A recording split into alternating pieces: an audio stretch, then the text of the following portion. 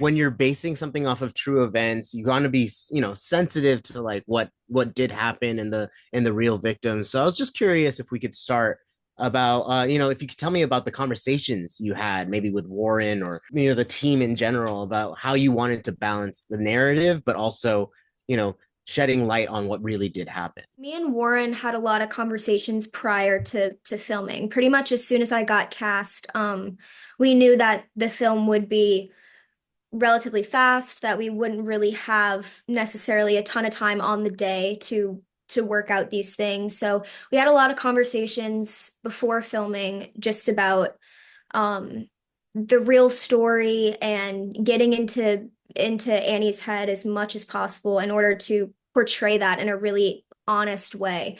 And I did do a little bit of research surrounding like Billy Mansfield Jr., the serial killer who the film is based off of, but exactly like you said, this film is all about Annie. It's about the victim and what she went through and her emotional journey throughout the entire movie. So for me, it was less focus on, Billy Mansfield and his activity and more focused on, okay, well, what was Annie feeling in this moment? What does her journey look like throughout this whole process?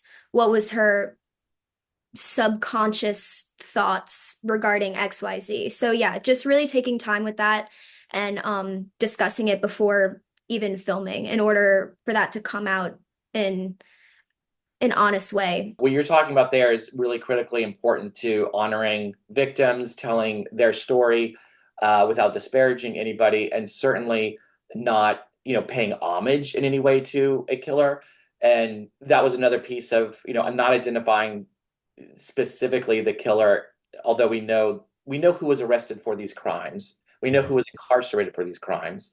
But in terms of the actual narrative, if Annie didn't know who this person was, then we wouldn't, right? In no way is the hunter or the threat glorified, right? It's just this looming figure in the background that is constantly hunting. I really liked kind of that element, but I was curious from like a filmmaking perspective, how did that maybe bring up any challenges on how you wanted to tell the story, or was it pretty clear once you knew that you wanted to treat it as like a looming threat and never, light his face or anything like that, that it Yeah. became a clear Well, path?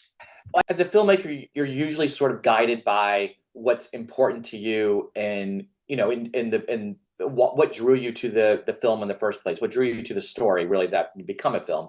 And for me, it was you having conversations with the survivor and hearing her POV, um, and being unlike any other serial killer story, which usually takes the form of, you're following the MO of the serial killer, tracking them down.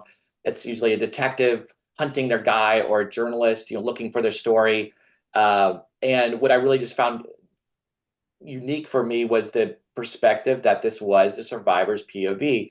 And when Sharon and I started writing the story, we really just wanted to kind of hold to that. The kidnapping scenes or the chase scenes, it's a lot of physicality. And it's like, I'm just so curious if you could take me back to what it looked like getting to that point, because obviously we have stuff like intimacy coordinators on set, stunt coordinators, but what was your process in like really narrowing down what that would look like and feel like? Because they're very harrowing scenes. Physicality is such a huge part of performance. So when you're able to do that stunt or that physicality yourself, it adds so much more to your performance. So I think for me, just really leaning into that. Also, it's very tiring, which in real life, it's tiring too, obviously. Like if you're fighting for your life, that takes a lot of energy. So just using all of that to my advantage and letting it play in the scene. Being the lead in a film, you're obviously like Annie's in almost every scene in the movie.